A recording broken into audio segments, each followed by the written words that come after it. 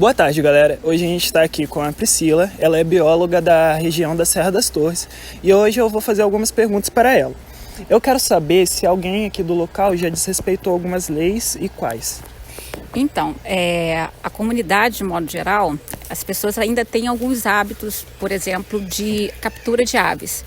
Então, é bem comum a gente estar trabalhando, acompanhando a fiscalização realizada pelo IEMA e a gente ter que estar levando, né, essas aves, são muitas das vezes encontradas de forma irregular, e esse é um dos crimes ambientais mais cometidos. Em algumas situações também a gente acaba encontrando o desmatamento, né? E também a gente é obrigado a estar autuando aí e conversando com essas pessoas em relação ao crime, mas a autuação do Estado, ela existe. Agora eu quero saber como é o fluxo normalmente aqui no parque e como é a relação do parque com as pessoas que moram aqui. Então, isso é bem interessante, porque a nossa unidade de conservação, ela não é um parque, ela é um monumento. E essa categoria, ela não foi... o Estado, ele não comprou ela do proprietário. Então, a unidade de conservação continua sendo, né, a propriedade continua sendo do seu respectivo dono, e essa comunicação tem que ser feita de uma maneira bem clara, bem justa com eles. Por quê? Porque a propriedade é deles, né? Então, a questão da conservação também depende muito desse proprietário. Ele ajuda bastante em relação a isso, a estar preservando essa área, né? E em relação ao quantitativo de pessoas que vêm visitar, a gente não tem como fazer essa relevância. Por quê? Porque não tem uma portaria, não tem uma porta de entrada para a gente poder estar mensurando o número de pessoas que vêm visitar. E como ela está dentro dos 3 municípios, Atílio, Mimoso e Muqui, a gente não conseguiria quantificar quantas pessoas vão estar visitando. Mas sabe-se que é a comunidade, né? Então, automaticamente, as pessoas transitam.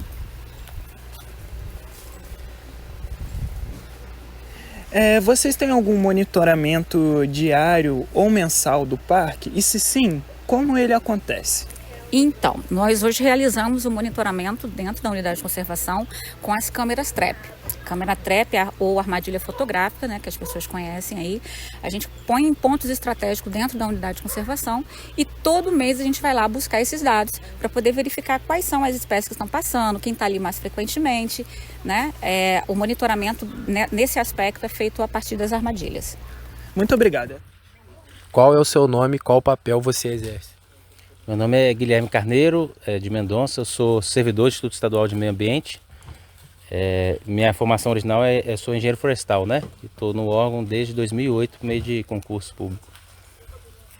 Quando foi fundado o monumento? O monumento foi criado por uma lei estadual em 2010, em junho de 2010. Qual a importância do monumento da Serra das Torres para a fauna brasileira?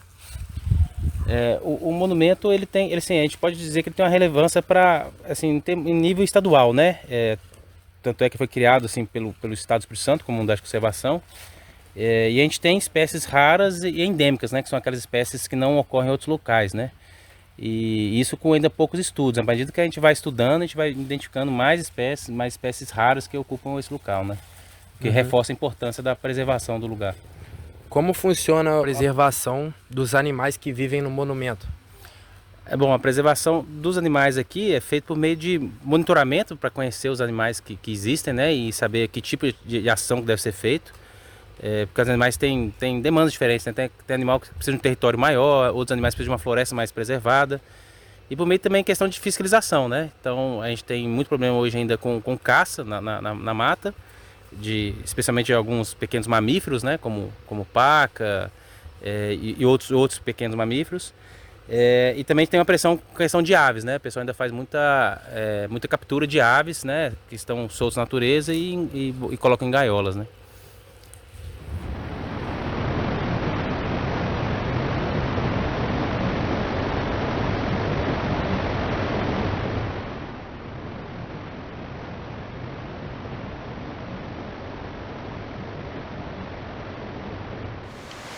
Boa. Quer que eu fale do clima aqui, não? O clima seria bacana falar aqui, não? Mas aqui, então, a gente vai ali pra frente, pra não ficar no lugar no repetido, mesmo local, né? A gente fala aqui, ó, de frente com esse riozinho, fica bacana, hein? Isso. Bora, rapaziada. Não gravei não. Fala galera, aqui quem tá falando é o apresentador João Nante. E agora a gente vai falar um pouco sobre o clima da região Serra das Torres. Então, o clima dela é um clima tropical de altitude. Um clima que, por ser de altitude, a temperatura é mais amena, é um pouco mais baixa. Porque temos uma observação a se fazer. Quanto maior a altitude, menor vai ser o clima, menor vai ser a temperatura. E aí galera, a gente está aqui na Fortaleza e eu vou falar um pouquinho sobre a vegetação do local. A vegetação local é originalmente Mata Atlântica. É uma das matas que tem a maior variedade aqui dentro do Brasil, com grande variedade de plantas, árvores, flores, dentre outros tipos de vegetação. Então pessoal, agora eu e o João Nante vamos falar um pouco sobre a relação entre os aspectos do ambiente. É isso aí galera. Então pessoal, o clima, a vegetação, relevo, fauna e flora da Serra das Torres são fundamentais para a manutenção do ecossistema e da diversidade da região.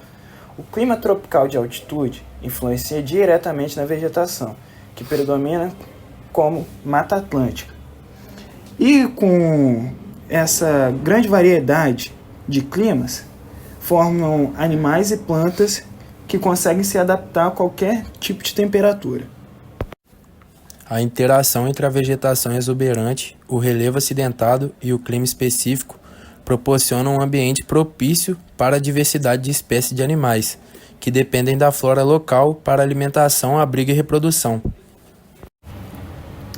O relevo montanhoso cria muitos microclimas diferentes, que abrigam grande diversidade de espécies vegetais e animais.